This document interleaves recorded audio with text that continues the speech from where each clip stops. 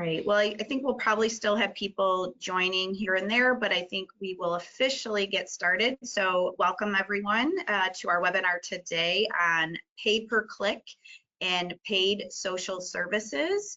I'm Danielle Bauer. I am the Director of Membership and Education at CLA, and I'm going to serve as your facilitator for today. With me, I have Maddie Lapping and Gavin Flynn, who are both from Logical Position. Before I turn it over to them, I just want to let you know how you can ask questions. So in your control panel, which is usually on the right side of your computer, there is a gray box that says questions. There's a little white arrow next to it, and if you click that, it'll open and you can type in your question. So feel free to type in a question at any point. We will probably take those near the end though. So with that, I'm going to turn the screen over to Maddie to get started. Awesome. And just to still confirm, you can see the we can see your screen. You are Perfect. all good. Awesome, great. Well, thank you for that introduction. So yeah, my name's Maddie. I've been with Logical Position for, actually next week will be my 4 years. So very happy about that. It's a wonderful company to be a part of. Definitely have seen a lot of growth, obviously, as we talked a little bit about COVID. We saw very similar changes happening in that space as well. And yeah, basically, you know, with the partnership that we have with CLA, if you guys have questions about anything marketing related, you know, typically it would be me having those conversations with you. And then, yeah, Gavin, if you want to also introduce yourself. Yeah, good to meet everybody virtually. My name's Gavin, and I am the partner account executive here at Logical Positions. So I oversee the entire department, which consists of vendor partner relationships, companies that fill in service gaps that LP doesn't offer, then also referral partner relationships, which is kind of what we'll be talking about now in our association and relationship with Coin Laundry. All that being said, Maddie will 100% be running the show today. I might chime in with a comment here and there, but Maddie's done a really good job at doing a ton of research on these accounts, really putting together a good slide deck. So I'll make sure Maddie's driving the car here. Thanks, Gavin. All right, so yeah, just let us know if you guys have any questions at the end. But yep, we'll just start diving in. So I have 3 screens, so I am sorry if you see, I have to figure out which screen my mouse is on. There we go. So just more of like, you know, this introduction about who we are. So Logical Position, we have been around since 2010. We are a privately owned company. 2 brother-in-laws actually own our company, and I'm in our Las Vegas office, but like I was telling Danielle before we hopped on the call, I was actually in our new headquarters about a few weeks ago, and Gavin is out of our Portland office, but we do have offices throughout the entire United States, and we all are working remote. But since the expansion of COVID, we've actually been able to grow our company. I think when I started, we were about 400 people. Now we're about 900 throughout all of our departments. And don't let that number scare you. The reason why we're so large is because we really want to make sure that we give our clients a really custom approach and really make sure that there is that family representation for them. So, you know, we work with really any size business. Our focus is though making sure that it makes sense for both your company and us. We really want to make sure it's a good fit, and we want to make sure that expectations are of course always being set. So just again, a little bit more about the information I'm going to go through with you today is really best representing, you know, Google practices, and it's more of an ethical and transparent reason more than anything else. So just kind of, again, diving through a little bit more about what we're going to talk about on our structural level and why, you know, we are one of the leaders in this space. But I wanted to first start with, you know, just a search term. So there's something called Google Trends. So Google Trends, basically, you can look up, I mean, anything, Kim Kardashian, I obviously am using laundromats as this example. The reason why is because I know that there are CLA really focuses on many types of people in this space, many types of verticals. And so laundromats as one term, of course, just seeing in the last 2 years, what typically our trends, our insight is into the space. So, obviously there's some dips here and there, but, we're about right here, right now. I also wanted to use self-service laundry because again, you can really put any terms into here, but what you will notice between these two is that the actual way that these dips and the graph is looking, it's different. So that can give you an idea into, again, we can get this more on a very tighter area. Right now it's the United States. You can get this up to a state level. But the important thing here is that you can use Google Trends as a way to get insight into different terms. But then you can also use it as a comparison. So, which is why I wanted to show those two examples, but then to show how much more popular of a term self-service laundry is versus laundromats. So when you're thinking about Google Ads, when you're thinking about the terms that you're gonna want to create that new traffic for, long terms like self-service laundry is going to help open up more doors for you also, and I'll dive into that later on. But what you can also see is that, people's search terms are very, very different. So, again, top of the funnel situation, we're not showing ads in front of people, but these are just terms. These are popular aspects that Google has insight on. Again, looking at 2 years, and again, we can take this into a more specific location, but just keep this in mind, while you're trying to think about ways to generate new customers. So mostly this is focused on PPC, but we can incorporate some paid social aspects into this just from a top level situation. So something we really focus on is granularity on any type of service that we are doing. Now, when we're thinking about, when we're thinking about advertising, you want to think about it as like a funnel.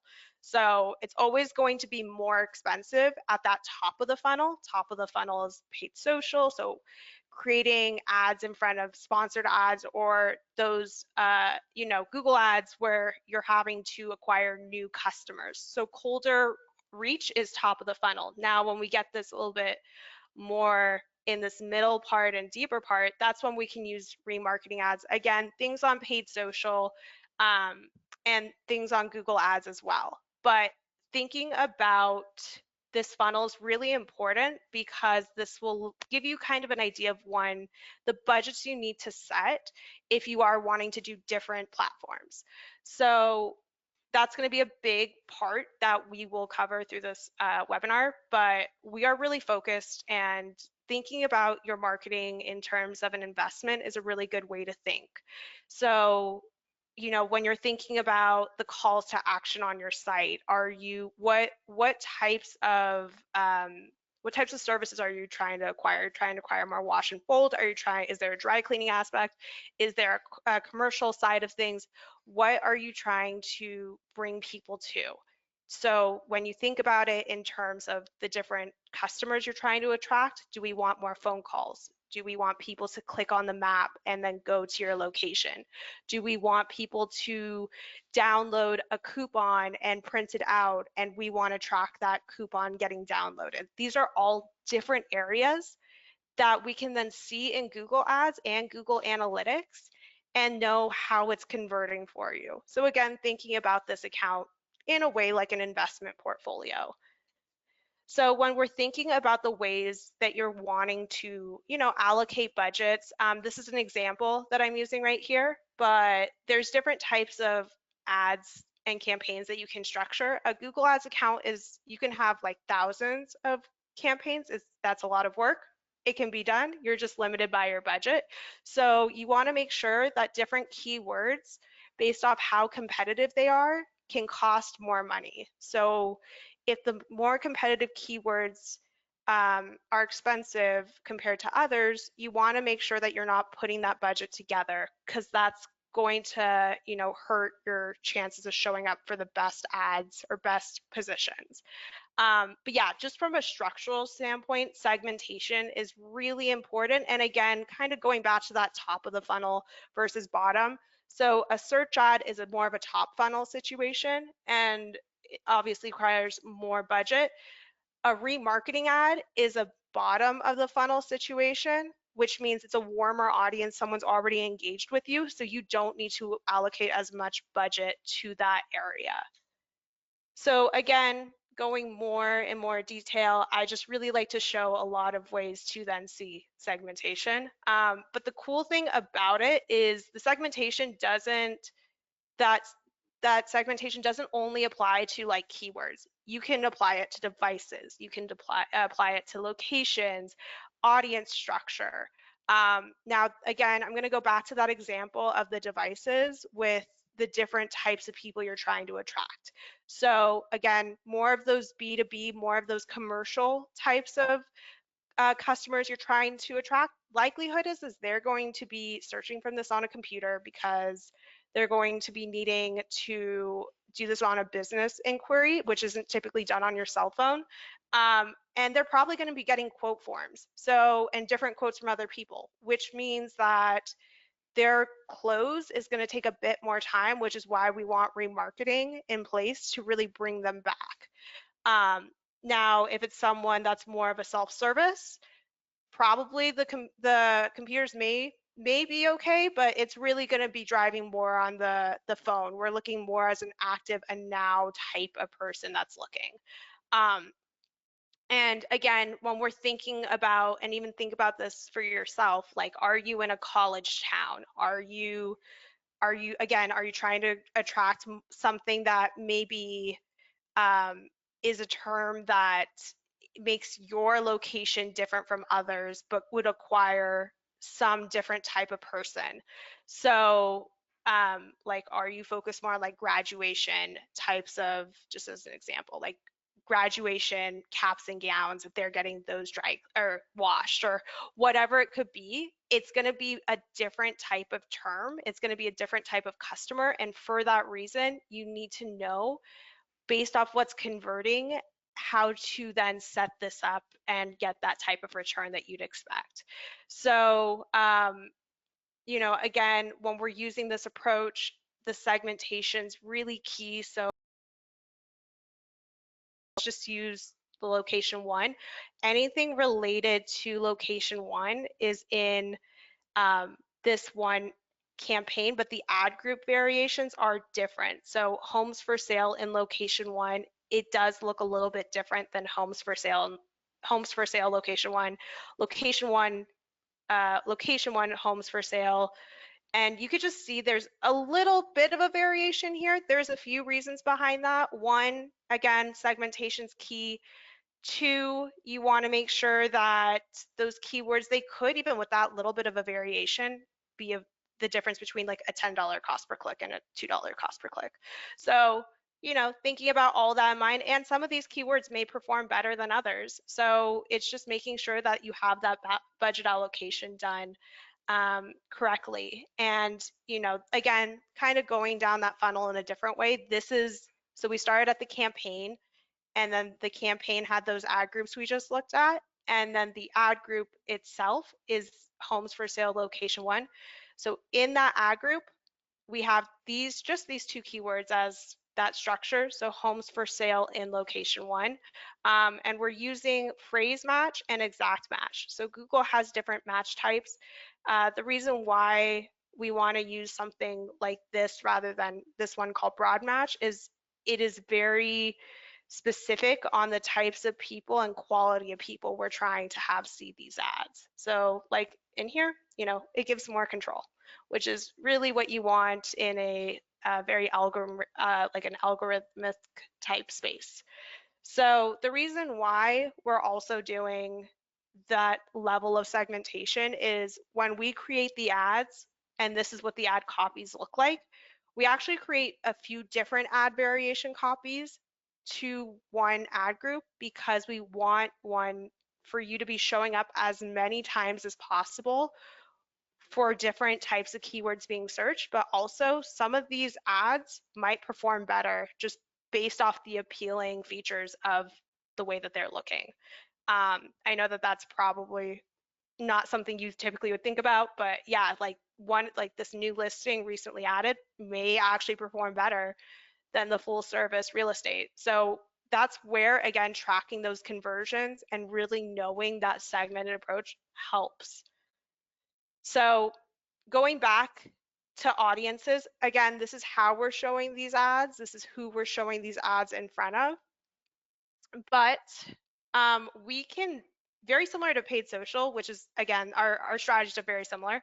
You can show different audiences based off your search history on Google, which is kind of crazy to think. So I'm very sorry if you feel like Big Brother's watching, but you can show based off your search history, based off the pages, the websites that you typically go to, what type of audiences make sense for you.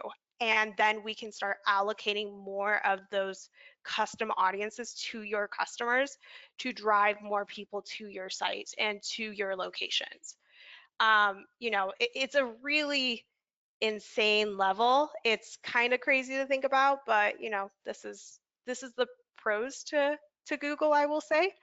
But yeah, you can do this from a remarketing standpoint, from looking at, remarketing to someone on YouTube. Like, does it make sense for your customer to do a video, or does it make sense to do like a listing ad on YouTube?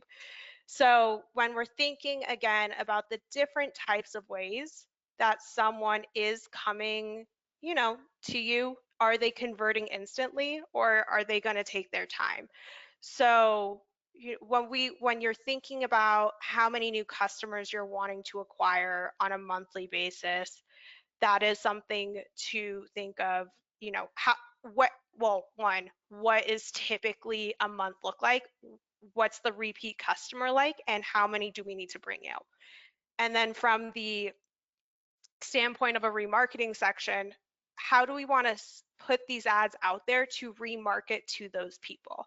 So, these are all larger questions to ask yourself while even after this presentation, and that's a really good way to kind of think about the different strategies, the different budgets you want to start allocating.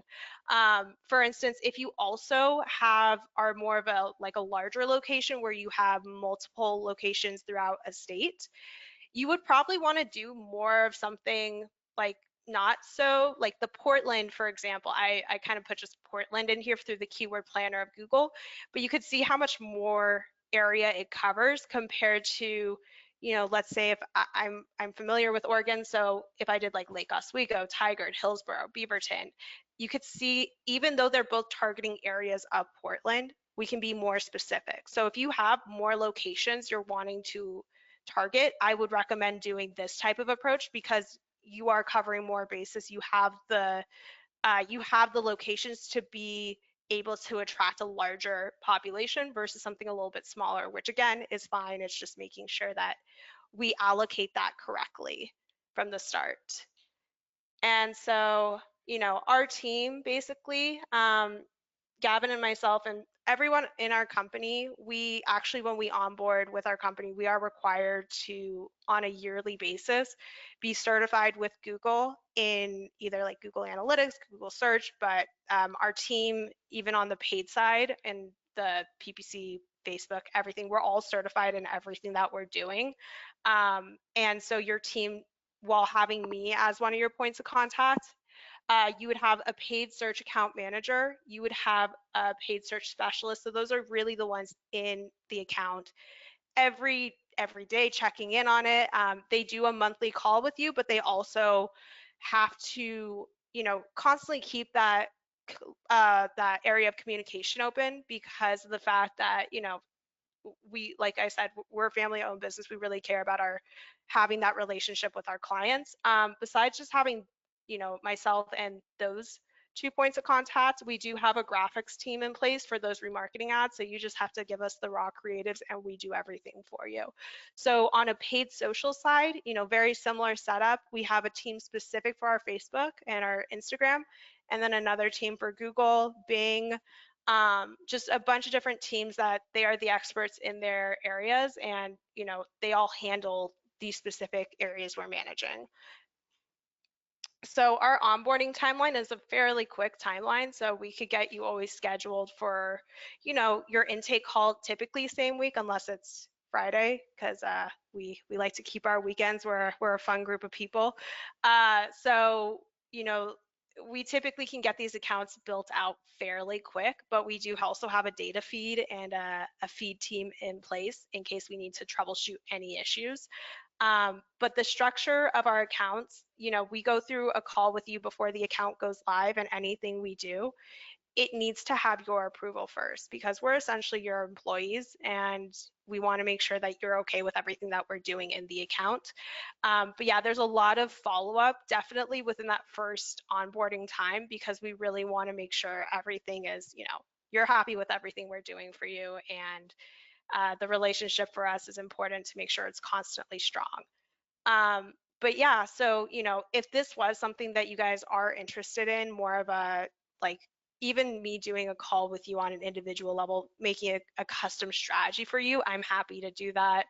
I love just being able to, understand why businesses, create their own businesses, and why they are growing. But yeah, if this is something you feel, with the ad spend, this is typically what we see as a healthy level. We can start off with a smaller ad spend. Again, it varies based off your location, but we go through that together to make sure, that Google Ads makes sense for you. But we definitely want just for you to have the education in working with us, or just having us there as kind of a consulting manner. But just a little bit more, there's links to our website here. But this is a really cool one that actually just got announced yesterday, right, Gavin? Yeah, within the last like week, I think. I probably got it late on LinkedIn or something, but it's, yeah, pretty recent. So, so Google we're a premier partner of Google, and back in the day, Google, as long you could be someone working out of your mom's basement and be a premier partner. It just depended on how much ad spend you were managing. But Google realized that, maybe they were being a little too lax on their rules, so they revamped it this past year. And so, with a list of probably 10,000 premier partners, that went down significantly to 1,000 probably, which again, that's still a big number, but it's a lot more credible. We are actually in their top 3% of their premier partners, and just to add a little bit more credibility to us, we are nominated. They have 6 different awards, I believe 6. We were nominated for 3 different categories. 2 of them would actually be great for this one to announce, unless you guys did shopping too, but we were nominated for the shopping e-commerce, we were nominated for brand awareness, and we were nominated for lead generation. So, within those lists, there's probably like 5 different finalists that are chosen. So the actual winners aren't announced till the end of 2022. But to be, awarded this is a really big deal as even a finalist. So it just shows a lot about our relationship with Google and just within this space in general. So, again, the information that we went through, I know it probably seemed very overwhelming and maybe caused your eyes to glaze over a bit, but if you would like to go on a personal call, I'm happy to make that work and, create a strategy with you.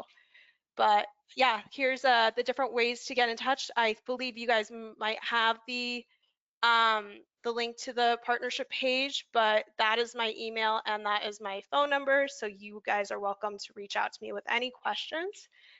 And yeah, anybody have any questions? So as I mentioned at the beginning, if you have questions for Maddie or Gavin, you can type them into that question box that's on your screen. Certainly, if you feel it's more a sort of personal question about your particular business, as Maddie, I don't know if Maddie, you want to go back one slide and kind of leave up your information? Yes. In case people want to jot that down. So one question, kind of going back to the pricing, you talked about setting a budget. So if they were to set it on the lower side, say that's 600, I know you can't give a for sure, but what's the average time that an ad would be running for? Because right, the budget, every time someone clicks, it costs, and is 600. I guess what kind of time frame is that? Sure. So let me show it to you this way. And Gavin, you're always welcome to chime in too if there's anything you'd want to add. Yeah, I'll see if there's anything extra outside of what you present. But yeah, good So question. Obviously, budgets that's are a great primary concern for most people. Yeah. So again, it varies based off the locations. Typically for places like Los Angeles, places that, New York, things that are very expensive, kind of like the market, you could see that being the same example when it comes to cost per clicks.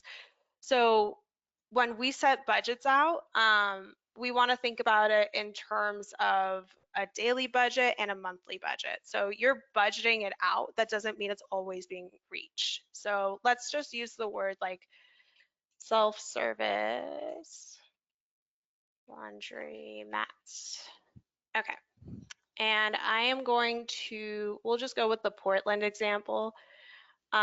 So this is a tool that anybody has available to them. So like, let's just go with general, Portland again, kind of like how I used that example. This is going to be a larger showcase, but this is going to be the reach.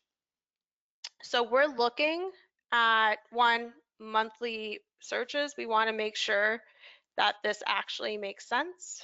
And let me add some more keywords because sometimes it doesn't reach it. Okay, let's go with also laundromats.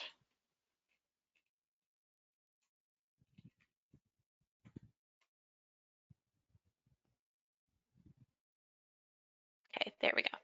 So, like I was saying, sometimes the keywords could be a little bit more on the competitive side. So top page positioning for this keyword, while there are 3,600 people searching for laundry near me, that keyword bid is about $61 per click. So we probably don't want to be using a keyword like that, initially.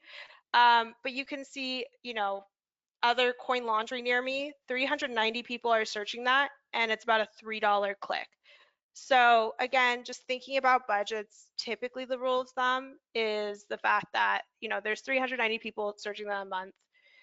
$3 times, if we want to think about it as like 4 to 5 clicks, so I like to use 5 clicks, and then you multiply that by, so that's $15 a day, and you multiply that by 30 as 30 days in a month, about $450. So if we're looking at keywords that are available for 5 clicks for that one keyword, we have that capability of keywords within that space, if that makes sense. So again, it varies based off of the amount of searches being done, because it wouldn't make sense to be, maybe what could be that, just use an example as like something like 30 searches a month for public laundry near me, where it's also about $3, but we don't have as many chances versus something with a higher search volume. I hope that makes sense about how to allocate budget.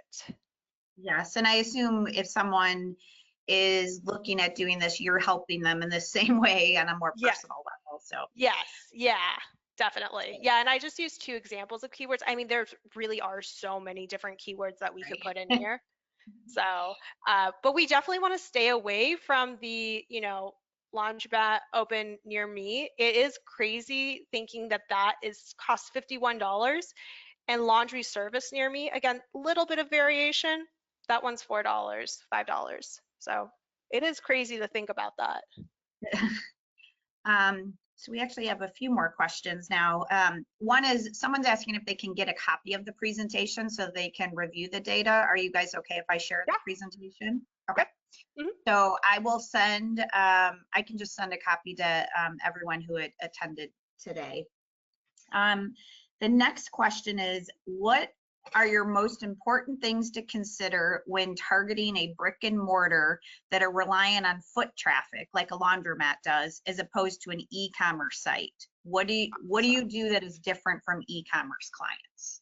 So e-commerce clients, that's a great question. E-commerce clients, what we're doing is we're doing the search ads, we're doing the display ads. We're also creating, I don't know if you guys are familiar with Google Shopping, but we are actually putting all of their products on the shopping network of Google. So while we also do those search ads to drive people to their storefront, if they do have one, we are making it more of a national presence so that people will want to go and, you know, kind of like Amazon, like buy through shopping network. So if I answered that question correctly, if that's what they were asking. I think this person's wanting to know more what you would do for the brick and mortar. They aren't like a laundromat isn't e-commerce. How they draw people is sometimes word of mouth, location. Right. They want people to come into the building. Definitely. So let's use this example. Let me just make sure all my things are turned off. So creating search ads is a big thing. There's also ads you can put on the Google My Business. So we're geofencing around, and then I'm going to just do laundromat near me. So while, yes, there are the shopping ads that would show up for an e-commerce location, if I actually, again, this is specific to Las Vegas because I live in Las Vegas. These are actually ads in here.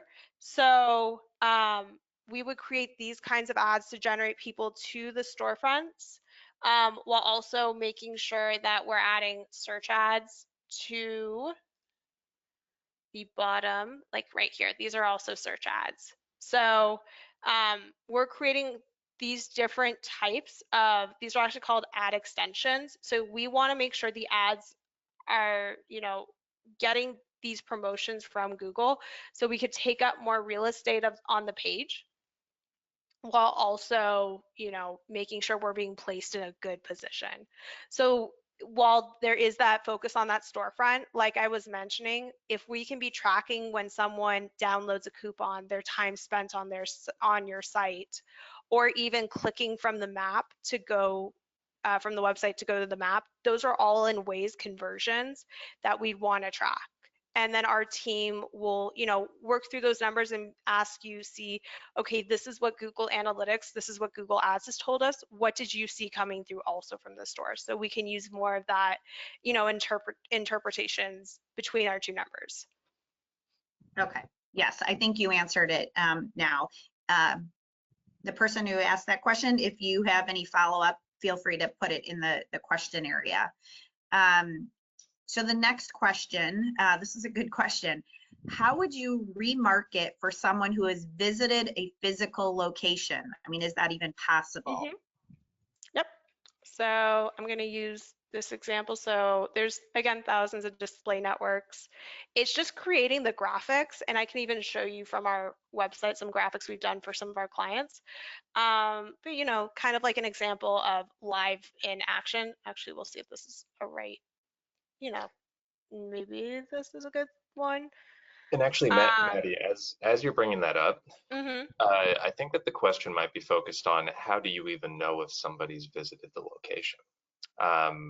Got the it. retargeting aspect in terms of how we create the visual collateral and kind of where those remarketing ads show is important.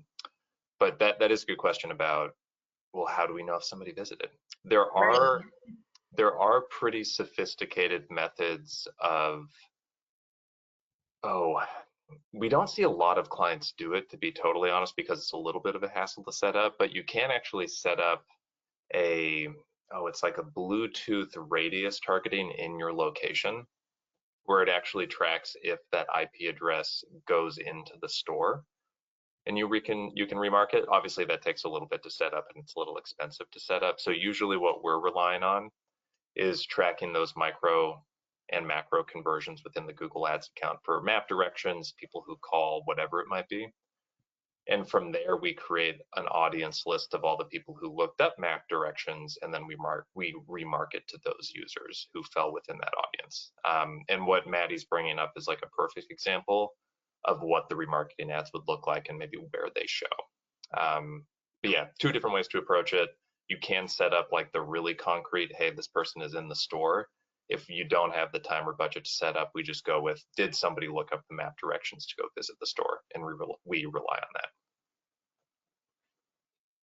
Good information. Yeah, good question. And actually, we'll actually add something about the tracking of in-store users to the follow-up email, because it is pretty interesting.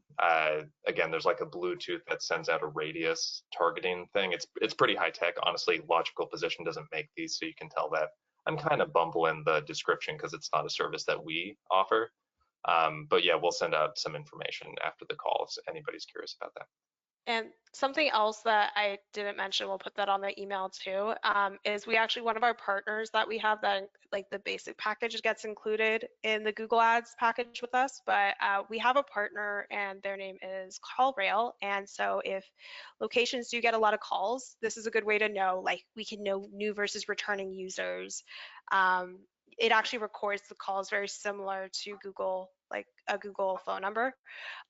So this is another way of kind of knowing who your customer audience is. So a different way of tracking conversions as well. Yeah, if you guys want to put together some of this information, I can send that out to everyone with your slides, if that's okay. So they'll Wonderful. get some additional information. So I'll do that as a follow-up. Doesn't look like we have any more questions unless someone has one they haven't quite put in yet. No. Those are all great questions, though. Those Yeah. a lot of, I think, the common ones that we'll see.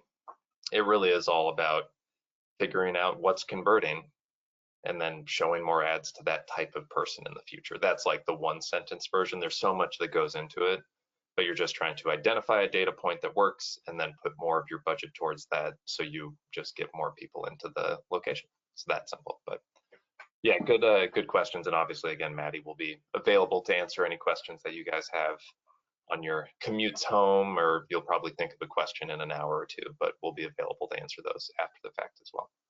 Definitely. Oh, we did just get one more. Well, we got one that I think they were trying to be funny, so I'm not going to read that one. But We like funny questions. The real question is, how do you recommend to market for pickup and delivery? So I'm sure you're familiar with pickup and delivery has become a very common service. Again, it kind of started over COVID when people didn't want to leave the house. So laundromat started doing wash, dry, fold, and then pickup and delivery. So they're wanting to know, how do you recommend marketing for that particular service? Because it is usually a different type of individual than that person who would come in and do self-service laundry. Right. Yeah, no, and I think that's a great question, because it really comes down to kind of what Gavin mentioned, being able to track the conversion. So call to actions on sites, especially in situations like that, are really good. Like if you have on our website, for instance, obviously we don't do pickup and delivery because, well, we just focus on marketing, but we'll leave that forte to you guys. But you can see we have, when they're picking up, and like they have to probably call the store when they're about to pick up, or they have to call to see about, their order or the service that they're inquiring about. So there's multiple ways of just making sure someone gets in touch and tracking those call to actions. Really a good approach when you're thinking about on your website is having multiple call to actions throughout your site. So for the different services that you have, making sure that, there's some type of get in touch with us on that specific page.